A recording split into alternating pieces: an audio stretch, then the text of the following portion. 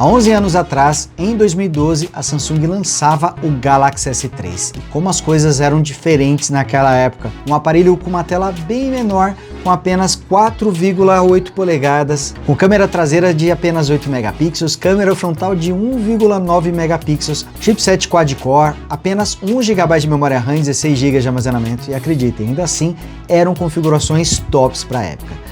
E agora chegamos aqui em 2023 e estou com o Galaxy S3 em mãos. Como será que é a experiência de usar um aparelho de 11 anos atrás nos dias atuais? A gente vai conferir aqui nesse vídeo.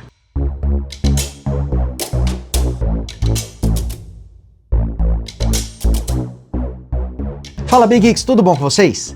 Galera, diretamente de 2012 estou aqui com o Galaxy S3 e apesar da idade, o aparelho está com visual impecável. Olha só como está a tampa traseira aqui sem arranhões, tem umas marcas de dedos, é verdade, mas nada que uma flanela não resolva.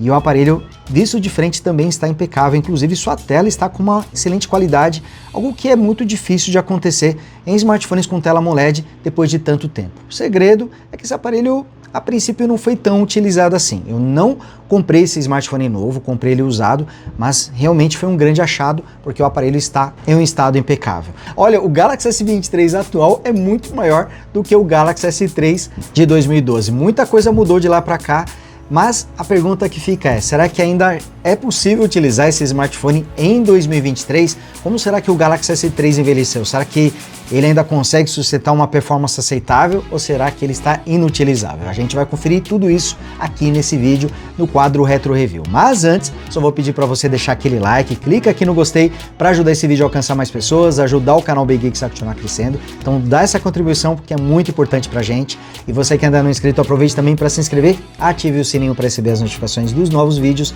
e torne-se Big Geek você também.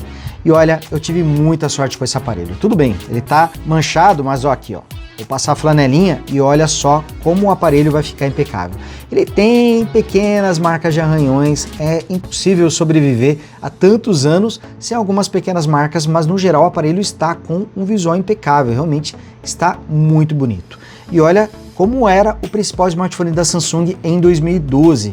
Muito menor, a Samsung tinha acabado de adotar também um novo visual. Antes os smartphones da família Galaxy S tinham um visual mais quadradão, o Galaxy S2, que era um aparelho muito bonito, ele era muito fino e com a aparência quadrada, enquanto que aqui no Galaxy S3 a Samsung mudou radicalmente o visual. Eles até falaram que tinha inspiração nas pedras, com um aspecto mais arredondado, e o aparelho realmente tem uma traseira com um aspecto mais curvado, com bordas também com aparência curva.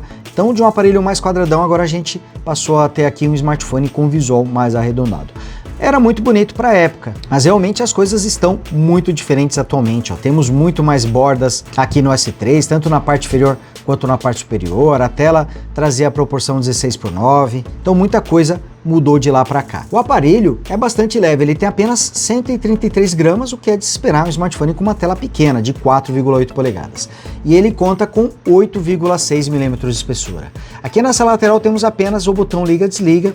Aqui na parte superior temos a entrada para fone de ouvido e um dos microfones, ó, ele fica posicionado aqui no cantinho. Aqui nessa outra lateral temos o botão de volume. Nessa época não era comum smartphones trazerem sensores digitais, então ele não contava com esse recurso. Aqui temos o microfone utilizado para as ligações e a porta micro USB. E detalhe, essa tampa traseira é removível. Assim como aconteceu com o Galaxy Note 2, você pode remover aqui a tampa traseira para ter acesso à bateria, para poder trocá-la, para que você também tenha acesso aos chips. Ele traz aqui as duas bandejas, né? Uma é utilizada para o cartão de memória, o cartão microSD, e outra para o chip. Na verdade, ao contrário. Aqui fica o cartão de memória e aqui fica o chip. Acabei invertendo a posição. A bateria tem apenas 2.100 mAh, 1.000 mAh a menos quando comparado com o Galaxy Note 2, que foi lançado no mesmo ano. O Galaxy Note 2 traz bateria de 3.100 mAh e aqui temos apenas 2.100 mAh. Por aqui a gente pode ver também os detalhes, né, da câmera, o alto-falante que ficava na parte traseira do aparelho, o flash de LED também. Então aqui vocês conseguem ver todos os detalhes. O aparelho traz NFC e uma curiosidade é que ele fica na própria bateria. Se vocês olharem com atenção aqui nas informações, está aqui, ó, Near Field Communication. Então a própria bateria traz um módulo do NFC, ao invés de vir, por exemplo, na tampa traseira, ele vem aqui na própria bateria do smartphone. Aqui colocando a tampa de volta, tá aqui ó, tem que fazer a pressão aqui para conectar todos os pontos e o nosso aparelho já está mais uma vez coberto com marcas de dedos. Aqui mostrando a sua tela, temos um display AMOLED, a qualidade do display é muito boa e para a época era maravilhoso. Ele tem 4,8 polegadas com resolução HD 1280 por 720 pixels e com a proporção 16:9. Naquela época era comum as telas trazerem a proporção 16:9. Aqui mostrando a tela inicial e a interface também, ele vinha com a TouchWiz, então é uma interface um pouco mais carregada no visual, aqui mostrando os atalhos de funções que traziam a rolagem na horizontal, então você só tinha essa fileira aqui com os atalhos de funções, enquanto que as notificações ficam aqui na parte inferior. Aqui mostrando o menu de configurações, ele conta com 4 abas. A primeira é dedicada à parte de conexões, você pode inclusive ativar funções como o NFC, o S-Beam, que é o Quick Share atualmente, né? Naquela época chamava S-Beam, era um recurso diferente, mas com funcionamento semelhante. Então aqui você pode habilitar ou desabilitar os recursos. Temos aqui a parte de meu dispositivo, onde você pode configurar a tela, o som, chamadas e também alguns recursos especiais. Aqui temos a aba de contas e por fim as configurações gerais, onde você vê, por exemplo, armazenamento, memória. Tá aqui mostrando o armazenamento total, que é 16 GB. Para os padrões atuais é muito pouco, mas para a época era considerado bastante. Ele traz aqui os botões de voltar ao home de multitarefa físicos. Na verdade, físico mesmo é só o botão home aqui, o central, que é um botão clicável. Os outros dois eram capacitivos, traziam retroiluminação, tá aqui, eles ficam ligados por um tempo, você pode até deixá-los ligados o tempo todo. Esse é o botão de voltar, esse aqui é o botão de menu. Para poder acionar a multitarefa, você clica e segura aqui no botão home, ó, aqui vai mostrar a lista com os aplicativos que estão abertos em segundo plano. O funcionamento era um pouquinho diferente. Na parte superior, nós temos aqui o alto-falante utilizado para as ligações, temos também os sensores, ele tem um LED de notificações, eu acho que esse LED aqui que é o de notificações, aqui estão os sensores e aqui fica a câmera frontal de 1,9 megapixels. Naquela época, câmeras de selfie não eram tão valorizadas assim, então não trazia uma resolução tão alta. O aparelho foi lançado com Android 4.04, o Ice Cream Sandwich, e foi atualizado para até o Android 4.3, o Jelly Bean. É curioso isso, né? Ele estreou com o Android 4 e terminou com o Android 4, mas na época era comum o Google trazer novas versões sem atualizar o número inicial. Então era comum ter o 4.0, 4.1, 4.2, 4.2.1, era muito comum isso. Felizmente eles abandonaram esse processo e agora eles vão atualizando para uma versão majoritária a cada ano, né? Então isso acabou se tornando bem menos confuso. Tá aqui ele mostrando a versão mais recente, a 4.3, que foi a Jelly Bean. Vocês viram que quando eu vou clicando nas teclas, eu não sei se vocês conseguem ouvir, mas ele vai fazendo uns barulhos de gota d'água. Isso é comum, faz parte da interface da Samsung. Aqui estamos na tela inicial, inclusive com papel de parede da Vivo, né? Mas ó, quando você vai passando o dedo, ele vai simulando aqui o efeito de água, como se você estivesse passando o dedo na água. Aqui você consegue fazer o desbloqueio para a tela inicial. Esse aparelho aqui, ele tem um hardware muito parecido com o Galaxy Note 2, que passou pelo Retro Review recentemente, mas ele vem com apenas 1 GB de memória RAM, então ele já sofre um pouquinho mais na questão da performance, não tem o mesmo desempenho do Galaxy Note 2. No resto, o aparelho é idêntico, ele vem com o chipset quad-core da própria Samsung, o Exynos 4412, com 4 núcleos da série Cortex A9 rodando até 1,4 GHz, e a GPU é a Mali 400 MP4. Bom, é basicamente o mesmo hardware, mas com uma pequena alteração no clock. No Galaxy Note 2, esses núcleos rodavam até 1,6 GHz e aqui no Galaxy S3 eles rodam até 1,4 GHz. O aparelho também só traz 1 GB de memória RAM. Quando você vai aqui na multitarefa, ó, clicando e segurando, a gente consegue acessar esse painelzinho aqui, onde você consegue limpar a memória. Aqui a gente pode confirmar que o aparelho vem com 1 GB de memória RAM apenas. Isso acaba prejudicando um pouquinho o desempenho desse aparelho. Apesar de que na interface aqui, ó, na tela inicial, ele está bem ágil, né? E olha que temos uma interface bastante poluída, cheio de banners aqui, cheio de widgets. Então isso acaba atrapalhando um pouquinho a interface, mas ainda assim ele é bastante ágil. Temos aqui na gaveta de aplicativos uma barra de apps para você acessar os aplicativos e por aqui você também consegue acessar os widgets. O formato é um pouquinho diferente, mas você também pode clicar e segurar na tela inicial para poder ter esse mesmo acesso. E por aqui você também pode trocar o papel de parede. E olha, navegando na interface ele é bastante rápido. Vamos testar aqui alguns aplicativos, abrir a Play Store. Reparem que ele leva um tempinho para abrir a Play Store. Isso aqui acontece justamente pelo fato da memória RAM não ser muito alta, então isso acaba atrapalhando um pouquinho aqui o desempenho, ó. Começou a abrir aplicativos, a gente já começa a experimentar alguns engasgos durante o uso da interface. E o aparelho começa a esquentar um pouquinho nessa região aqui, ó, nessa área aqui, ele já começa a apresentar um pouco mais de calor, de aquecimento, mas nada que vai incomodar, você só percebe que ele está um pouco mais quente. Mas olha, curiosamente, navegando aqui na Play Store, ele até tem uma interface bem responsiva. Vamos abrir o Gmail aqui, que costuma ser bastante pesado também. Deixa eu ver onde que o Gmail está, né? Fico até perdido aqui nessa interface. Pronto, tá aqui o Gmail também. Ó, reparem que ele leva um tempinho para carregar e o Gmail ele não foi atualizado para a versão mais recente. Ele está funcionando, mas não está com a versão mais atual. Tá até com aquela barrinha superior na cor vermelha. Mas a gente até consegue ter aqui uma boa transição aqui na interface. Ele só leva mais tempo para poder carregar as mensagens. Deixa eu abrir aqui uma mensagem para a gente poder ver. Ó, o tempo de carregamento acaba sendo maior justamente por trazer menos memória RAM, mas é possível navegar. Ó. A gente consegue aqui abrir o e-mail do AliExpress cheio de imagens, fica meio travado, meio engasgado, mas a gente consegue acessar. Deixa eu ver se eu consigo fazer um zoom. Ó, consigo fazer um zoom aqui tranquilamente. Então ele está levando mais tempo para carregar as coisas, mas a gente consegue navegar aqui na interface. Deixa eu mudar aqui para a parte de promoções. Nossa, a interface aqui ela tá um pouquinho diferente mesmo. Ó, vamos abrir aqui um e-mail de propaganda das Casas Bahia para a gente ver. Tá aqui, ó. Então você consegue navegar pela interface, mesmo aqui no Gmail, que é um aplicativo que costuma ser um pouquinho mais pesado, a gente consegue ter uma boa navegação. O problema é na hora de carregar. Ó. Voltei para a tela inicial, reparem que ele vai recarregar os aplicativos justamente por causa da limitação de memória RAM. No Mapas deve ser uma sofrência também, né? Olha só o tempo que leva para abrir o aplicativo de mapas. Curiosamente, ele até que foi mais rápido do que o Xperia Z1, que é um aparelho tecnicamente superior aqui ao Galaxy S3, foi um aparelho que foi lançado no ano seguinte e ainda assim ele tem uma interface mais responsiva. Tá aqui, ó, tá pedindo para fazer o update do Mapas, mas ele chegou a abrir o Mapas e fechou. Vamos lá, vamos tentar abrir de novo. Esse é o problema de aparelho antigo, a navegação aqui é sofrível em alguns momentos. Vocês viram que eu até estava com uma boa experiência, mas depois que eu comecei a abrir os aplicativos, o aparelho começou a esquentar mais, começou a apresentar mais lentidão.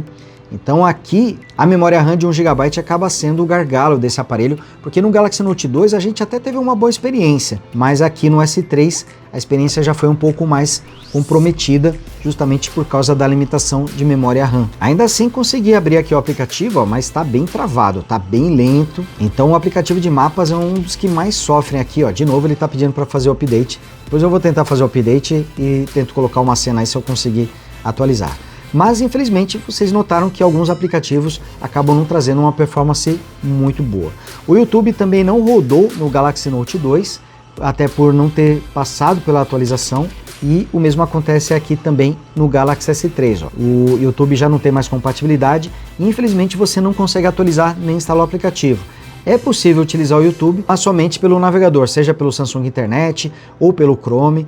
O Samsung Internet também eu acho que está meio defasado, então ele tem umas certas dificuldades para abrir alguns aplicativos. Deixa eu tentar abrir o YouTube diretamente aqui pelo Samsung Internet, mas se não for possível, a gente consegue fazer pelo Chrome. É possível instalar o Chrome aqui no Galaxy S3. Inclusive está instalado, eu nem tinha percebido. Mas está aqui, ó. Vamos tentar pelo Samsung Internet primeiro. Toda vez ele está pedindo aqui para escolher o navegador padrão. Mas eu vou segurar um pouquinho aqui. Mais uma vez, vamos lá. Sou brasileiro e desisto nunca. Se pedir mais uma vez, eu vou abrir o Chrome, não tem jeito, né? Mas olha, tá bem complicado aqui de abrir, realmente tá meio sofrível. Acabei optando por abrir o YouTube diretamente aqui no Chrome, porque realmente a navegação pelo Samsung Internet está sofrível. Eu acredito que ele não deve ter sido atualizado. Então tá aqui, ó, abrindo pelo Chrome a gente já tem uma experiência um pouco melhor. Ó, deixa eu abrir aqui o Retro Review do Zenfone 3 Deluxe, pra gente ver como é que o aparelho vai se comportar, se vai conseguir rodar o vídeo ou não. Ó, tá levando um tempinho aqui para carregar, mas acho que vai dar certo. Pronto, abriu. Ó. O alto-falante fica na parte traseira do aparelho, mas o volume até que é alto. A qualidade é semelhante à que eu vi no Galaxy Note 2. Galera, o volume não é extremamente alto, não tem graves bons, os agudos aqui se destacam demais. Retro Review. E nesse vídeo aqui, ó, vamos colocar em tela cheia. Tela cheia, como o display tem proporção 16:9, ele vai conseguir cobrir toda a área aqui da tela. Tá aqui mostrando até que ele conseguiu rodar bem. Tá rodando o vídeo aqui em tela cheia na proporção 16:9. Então ainda é possível utilizar o Galaxy S3, mesmo com 11 anos de vida, ainda é possível utilizá-lo para tarefas como assistir vídeos no YouTube, usar e-mail, mas conforme a gente está vendo aqui, a gente precisa de um pouquinho mais de paciência, algo que não exigia tanto no Galaxy Note 2, pelo fato de trazer o dobro da memória RAM, 2 GB, a experiência no Galaxy Note 2 acabava sendo melhor do que aqui no Galaxy S3. Olha, no Galaxy S3 eu não consigo sequer fechar o vídeo, né? Tô tentando, pronto, tive que voltar aqui. Acho que ele não vai também executar o vídeo em segundo plano, então posso já fechar diretamente pelo navegador. Então temos aqui uma interface com uma boa resposta, mas na hora de usar os aplicativos, alguns deles até têm uma usabilidade ok, mas outros são praticamente impossíveis de você conseguir utilizar. E sobre as câmeras, temos aqui um sensor frontal de 1,9 megapixels, ele só consegue filmar em até HD 1280 por 720 pixels, já a câmera traseira tem 8 megapixels e essa sim consegue filmar em até Full HD. Mostrando aqui a interface para vocês, essa interface era padrão da Samsung em 2012, a gente usava essa chavinha aqui para trocar entre o modo de fotos e de vídeos, não era muito intuitivo, né, de utilizar. Prefiro muito mais o formato utilizado atualmente, mas o legal é que a tela ficava aqui cheia, né? Não tínhamos bordas ocultas, os próprios controles ficam por cima da imagem que você tem da câmera aqui. E em termos de qualidade, temos aqui uma experiência semelhante à do Galaxy Note 2. As imagens não têm um alcance dinâmico muito alto, ficam um pouquinho escuras dependendo da situação, mas para a época era um bom resultado. A Samsung não dominava a área de câmeras de smartphones naquela época como acontece hoje. Hoje os smartphones da Samsung, até os modelos de entrada, conseguem sair bem em fotos e vídeos. Naquela época as câmeras já eram muito boas, mas os smartphones da Samsung não estavam entre os melhores quando se falava em câmeras. Mas o resultado era bom para a época. Eu estou deixando alguns exemplos aí para vocês poderem conferir como é que era a qualidade de imagens aqui do Galaxy S3. E mais uma curiosidade, quando a gente fazia esse efeito de pinça, a gente conseguia ter uma visão geral aqui de todas as telas da interface TouchWiz. É uma interface que, olha, até que se comportava bem, mas realmente ela era bastante poluída. Felizmente a Samsung abandonou a TouchWiz, foi para a Samsung Experience e por fim migrou aí para a One UI, que é uma interface que hoje todo mundo gosta demais, uma interface bonita e cheia de recursos. Bom, e como é a experiência de usar um Galaxy S3 em 2023? Vocês viram que dependendo do aplicativo até ele vai conseguir quebrar um galho, mas a gente já sente o peso da idade desse smartphone 11 anos após o seu lançamento. Ele já não tem aquela performance que tinha naquela época, que já era de se esperar, mas em algumas situações ele sofre bastante, acredito que principalmente por causa da sua memória RAM de 1 GB. O Galaxy Note 2, que tem basicamente o mesmo hardware, tem um chipset um pouquinho mais rápido em velocidade, mas o grande diferencial acaba sendo o dobro da memória RAM, ele vem com 2 GB, já mostrou uma experiência bastante superior.